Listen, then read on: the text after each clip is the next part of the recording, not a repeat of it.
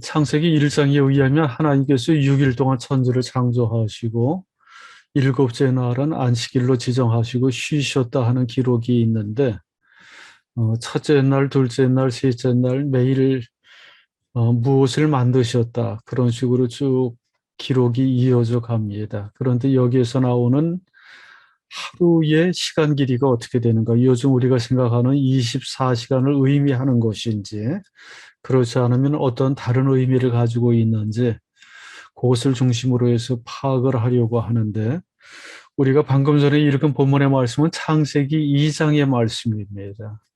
그 창세기 1장과 2장을 조금 주의 깊게 살펴보신 분들은 아시겠지만 천지 창조 이야기가 두 번 반복해서 나온다는 것을 발견할 수가 있습니다. 창세기 1장부터 이어지는 천지 창조 이야기는 창세기 2장 3절까지 끝맺음을 하고 오늘 2장 4절 쭉 이후에 읽었는데 2장 4절부터 다시금 천지를 창조하는 이야기들이 나옵니다. 그래서 왜 천지 창조의 이야기를 이렇게 두 가지 종류로 기록을 했는지 그리고 창조의 방식이 1장과 2장에 조금 차이가 있고요. 사용되는 용어도 차이가 있고 여러 가지 차이가 있는 것을 발견하고 나서 1장과 2장을 어떻게 해석해야 될지 신학자들 사이에 아주 그 주의 깊게 연구해야만 했었던 주제로 자리 잡게 되기도 했습니다. 제가 질문을 드리겠습니다. 창세기 1장에 나오는 그 하루를 여러분들은 어떻게 생각하시는지 크게 세 가지로 이제까지 해석을 해왔는데 그 세 가지를 제가 제시할 테니까 그중에서 여러분이 마음에 드시는 것을 손을 들어서 한번 표시해 보십시오. 첫 번째, 창세기 1장에 나오는 하루의 시간 길이는 우리가 생각하는, 우리가 통상적으로 사용하는 24시간을 의미한다. 그런 해석에 동의하시는 분 한번 손 들어 보시죠. 예, 두 번째 해석은 날 시대 이론이라고 합니다. 창세기 1장에 나오는 하루는 24시간을 의미하는 것이 아니라 훨씬 더 기나긴 시간, 뭐 수십만 년이나 수백만 년이 될 수도 있는데 어떤 단위의 큰 길이의 시간, 시대를 의미한다. 이게 두 번째입니다. 이런 해석에 동의하시는 분 한번 손들어 보시죠. 그래요. 예. 마지막 세 번째입니다. 창세기 1장에 나오는 하루는 어떤 시간 길이를 표시하는 의미라기보다는 문학적 표현 방식이다. 예, 이 세 번째에 동의하시는 분 손들어 보시죠. 예, 그렇죠. 나머지 분들은 판단하기가 조금 어려울 수도 있겠죠. 유보하시는 분이라고 여겨지고. 1, 2, 3번 중에 뭐 그 성경에는 어떤 정답이 나오지는 않습니다. 뭐 해석이야 우리 자유니까. 그런데 통상적으로 신학자들이 보편적으로 인정하고 받아들이는 견해는 세 번째 견해입니다.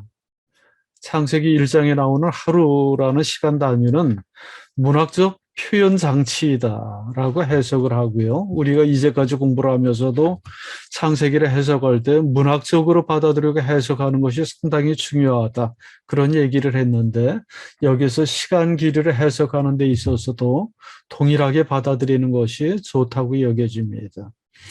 그 첫 번째 해석 방법이 하루가 곧 24시간이다라고 문자 그대로 받아들이는 사람들은 이 지구의 역사를 성경에 나오는 여러 가지 족보 이야기, 아담의 수명이라든지 이후에 나오는 모든 것들을 합산해서 이제까지 지구의 역사가 6천 년 내지 1만 년이 되었다라고 주장을 합니다. 상당히 무리한 주장이죠. 과학자들의 관점에서 보면 말도 안 되는 주장인데 성경에 나오는 모든 시간을 문자적으로 받아들여서 지구는 6천 년 되었다. 그렇게 주장을 합니다. 그래서 이렇게 주장하는 사람들을 일컬어서 젊은 지구 창조론자 그렇게 얘기합니다. 지구가 6천 년밖에 되지 않은 젊은 지구다. 그래서 젊은지구 창조론이라고 얘기를 하고요. 두 번째, 날 시대 이론. 그러니까 24시간은 수십만 년이나 수천만 년의 기나긴 시대를 의미하는 시간이다라 그렇게 해석하는 사람들.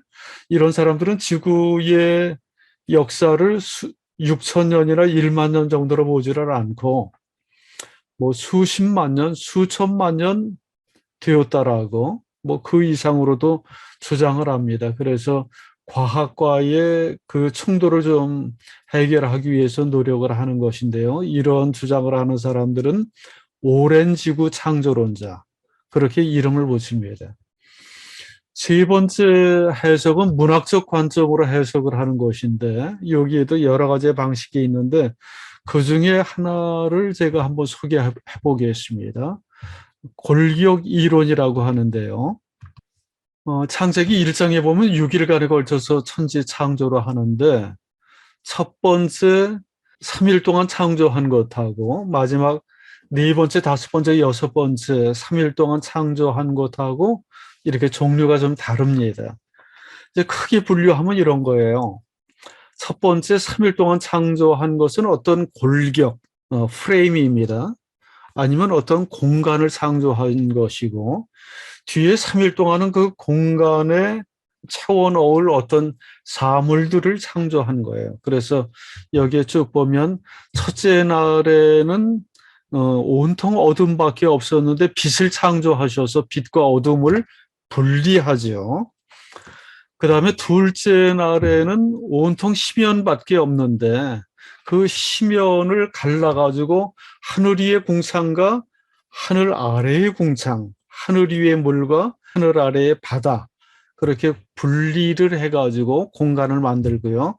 그러니까 하늘과 바다를 만들고 세 번째 날에는 온통 형체가 없는 땅밖에 없었는데 다시금 분리를 해가지고 물과 무수로 나누게 됩니다. 그래서 그 땅에 채소가 생겨나게 돼 있고요. 이렇게 3일 동안 공간을 만들고 창조한 이후에 여기에 보면 이제 다섯째, 넷째 날에 무엇을 창조하는가 하면 하늘에다가 해와 달과 별을 만들어 넣어서 그 공간에 채워 넣어서 하늘을 돌아다니도록 만들고요. 그 다음에 다섯 번째 날에는 하늘과 바다에 살아갈 수 있는 생물들을 만들죠. 그래서 하늘에는 새를 만들고 바다에는 물고기를 만듭니다. 마지막 여섯째 날에는 이 땅 위에 살아갈 수 있는 종류의 생물들, 동물, 그리고 최종적으로 인간을 만들게 됩니다. 이게 골기록 이론이에요. 그래서 창세기 1장에 나오는 창조 이야기는 고대인들이 바라봤을 때 아주 이해하기 쉽게끔 처음 3일 동안 공간과 골격을 만드시고 마지막 3일 동안은 그 공간 안에 들어갈 수 있는 여러 가지 종류의 사물들을 만들어서 채워 넣으시는 식으로 그러한 문학적 기법을 가지고 창조 이야기를 수록했다라고 그렇게 해석을 합니다. 또 한 가지 해석은 이런 거예요. 이것도 문학적 해석인데 유비적인 날 해석, 여기에 하루 이틀 이렇게 나오는 것은 그냥 유비적인 의미가 있다. 아나로그라고 하는데요. 아나로그라는 것이 유사하다 그런 의미를 가지고 있는 것이잖아요. 그래서 요즘 우리 현대인들도 일주일 단위로 반복하면서 생활을 하는데 6일 동안 일하고 일곱째 날 쉬잖아요. 그것을 끊임없이 이렇게 되풀이하면서 일주일 단위의 생활을 해가는데 하나님께서 천지를 만드실 때도 똑같은 방식을 사용해서 6일 동안 천지를 창조하시고 일곱째 날은 쉬셨다라고 우리가 알아듣기 쉽게 문학적으로 표현을 했다는 것입니다. 또 한 가지의 문학적 해석을 한 가지 더 이야기를 하자면 우주 성전 해석, 조금 말이 어렵죠. 우주 성전 해석이라는 문학적 해석 방법이 있는데 이때 당시 금동지방에 사는 사람들은 성전을 짓고 나면 성전을 봉헌하는 의식을 일주일에 걸쳐서 봉헌식을 거행했다고 합니다. 그래서 성전 건물을 완전히 만들고 나서 그 성전 안에 지어질 들어가는 여러 가지의 성물들을 다 채워놓고 제일 마지막으로 채워놓는 것이 신의 형상입니다. 신의 형상을 채워놓고 그리고 나서 마지막으로 그 성전 전체를 자기들이 믿는 신에게 봉헌하는 의식을 치렀는데, 그런 일주일 동안 그 성전 봉헌하는 의식을 그대로 흉내내어 가지고 천지 창조하는 것으로 또 똑같이 흉내냈다는 거죠. 그래서 6일 동안 천지를 창조하고 우주 만물의 그 공간 속에 제일 마지막으로 하나님의 형상을 닮은 인간을 만들어서 채워 넣음으로써 우주라는 성전을 완전히 완성하게 되는 방식으로 천지 창조 이야기를 서술했다, 그렇게 표현을 합니다. 창세기 1장에 나오는 천지 창조의 이야기와 거기에 나오는 하루 이틀 이러한 시간 단위는 24시간을 의미하거나 어떤 기나긴 한 시대를 의미하는 시간 길이를 의미하는 것으로 받아들이기보다는 어떤 문학적인 표현 방식으로 받아들이고, 그것을 통해서 결국 우리들에게 우주 만물은 하나님께서 창조하셨다. 그리고 이 우주의 주권은 창조주 하나님께 있다. 하나님께서는 너무나 아름답고 선하게 우주 만물을 창조해 주셨고, 마지막으로 하나님의 형상을 담게끔 우리 인간을 존엄하게 만들어 주셨다. 그런 신학적 의미를 아주 강하게 부여하는 식으로 문학적으로 서술을 했다. 이렇게 받아들이면 가장 무난하리라고 여겨집니다. 또 한 가지 우리가 눈여겨봐야 될 것은, 우리가 오늘 읽었던 창세기 2장의 본문 말씀, 창세기 2장 4절부터 천지 창조 이야기가 다시 나오는데, 창세기 1장에 만들어졌었던 천지 창조 이야기는 뭐지? 거기에서는 이미 하늘과 땅과 채소와 동물과 마지막 사람까지 다 완전히 만드시고 7일째 하나님께서 안식을 취하셨는데 또다시 하나님께서 뭘 만드신다고 하네.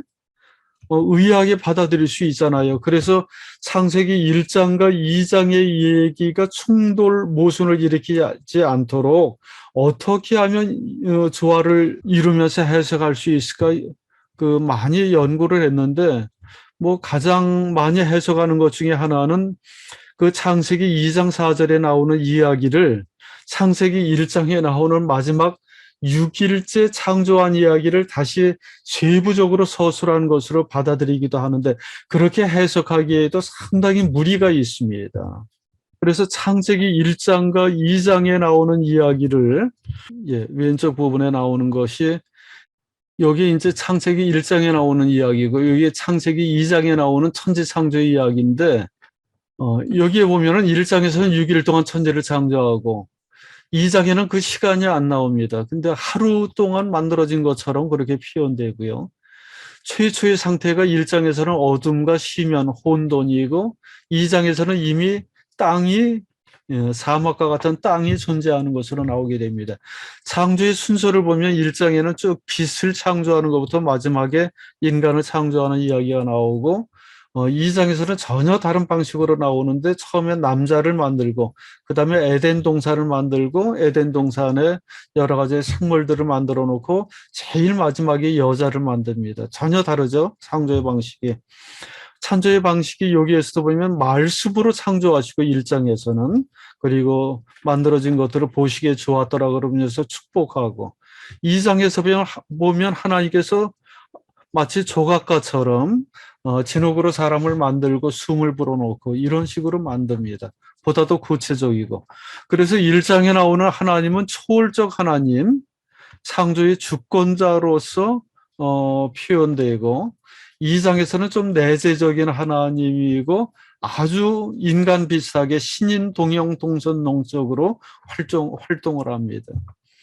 인간에 대한 묘사도 조금 다른데, 1장에서는 구체적으로 누구를 만들었다 그러지 않고 불특정 다수의 남자와 여자를 동시에 창조하고 하나님의 형상으로 만들어져서 다스리고 이 땅을 지배하는 권한을, 그 하나님의 대행 역할을 할 수 있는 다스림의 권한을 베풀어주는 이야기가 나오고, 2장에서 만들어진 인간에 대해서는 그런 묘사가 전혀 없습니다. 아담아라고 불리우는 흙으로부터 아담을 만드시고, 남자로부터 여자를 분리해서 창조하시고 그리고 에덴 동산을 관리하는 인간, 관리인, 정원사로서 사람을 만들게 됩니다. 이런 것들이 창세기 1장과 2장에서 너무나 다른 식으로 나온다는 거죠. 그래서 이걸 보면 1장과 2장에 나오는 창조 이야기가 그냥 문자 그대로 역사적인 서술로서 우리에게 어떤 그런 창조의 구체적인 방식을 알려주고자 하는 이야기가 아니라는 것을 발견할 수가 있습니다.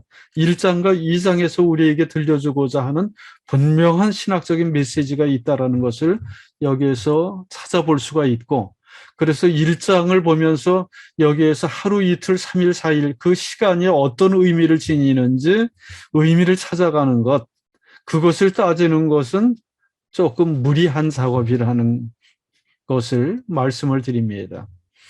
또 한 가지 우리가 살펴볼 수 있는 것이 고대 근동 지방에서도 다른 그 이민족에도 바벨론이라든지 메소포타미아의 그 여러 가지 신화 이야기 속에도 이제 창조 이야기들이 나오거든요. 예를 들어서 바벨론 지역에 나오는 창조 이야기를 보면 뭐 좀 좀 엉뚱한 이야기들, 바벨론의 폭풍의 신 마르두기에 티아마트의 몸을 소재로 해가지고 하늘과 땅을 만들고 거기에서 흘러내리는 피를 가지고 인간을 만들어서 인간으로 하여금 이 땅에서 노동을 하고 일을 하면서 그네들의 신을 섬기고 신을 부양하도록 하기 위해서 천지를 만들고 인간을 만든다는 그런 이야기가 나옵니다. 이에 비해서 성경의 창세기에 나오는 이야기는 완전히 다릅니다. 그런 이야기가 아니고요. 다른 지역이 유포되어 있는 다신론적 배경이 완전히 무너져 없어지고 오직 유일신 하나님께서 선한 의도를 가지고 천지를 만드시고 사랑으로 인간을 만드신 다음에 인간으로 하여금 하나님의 형상을 지니고 이 땅을 지배하고 다스리도록 권한을 부여하는 식으로 이야기가 나옵니다. 그러니까 완전히 다르죠. 그래서 그런 것을 비교해 보면 그 창세기 이 천재 창조 이야기에서 정말로 강조하는 것은 하나님께서 매우 선한 의도로 사랑의 마음으로 우주 만물을 창조하시고 창조의 중심에 인간을 세우시고 하나님의 형상을 가지고 우주 만물을 다스리고 관리할 수 있도록 만들어서 주셨다는 것을 우리가 알 수 있고요. 그냥 고대인들이 알고 있는 그 이해의 범주 내에서 세계가 어떻게 만들어졌는지를 그들이 이해할 수 있는 수준에서 쭉 설명을 하는데 아주 커다란 강조점이 있다는 것입니다. 창세기에 나오는 천지 창조의 이야기는 신학적 의미를 우리에게 던져주기 위한 문학적 표현 수법이지 거기에서 어떤 과학적인 시간이라든지 공간이라든지 1월 정신의 운행 경로라든지 그런 과학적인 법칙을 여기에서 찾아내고 그것이 원래 그러네 그런 식으로 해석을 하면 성경이 말씀하고자 하는 본의에서 크게 어긋난다는 것을 우리가 유념을 하시고 창세기에 나오는 하루라는 시간 단위를 하루 혹은 오래된 시대 뭐 이런 식으로 무리하게 해석하기보다는 우리에게 하나님께서 천지 창조를 통해서 던져주고자 하는 우주 창조의 주권자로서의 하나님 그리고 그 안에서 중심적으로 자리 잡고 하나님의 형상대로 지음을 받고 이 땅을 관리하고 다스리도록 역할을 부여받은 인간의 존엄한 위치를 알려주고자 하는 신학적 의미가 있다는 것. 그것을 중요하게 받아들이는 것이 대단히 의미가 있다고 여겨집니다.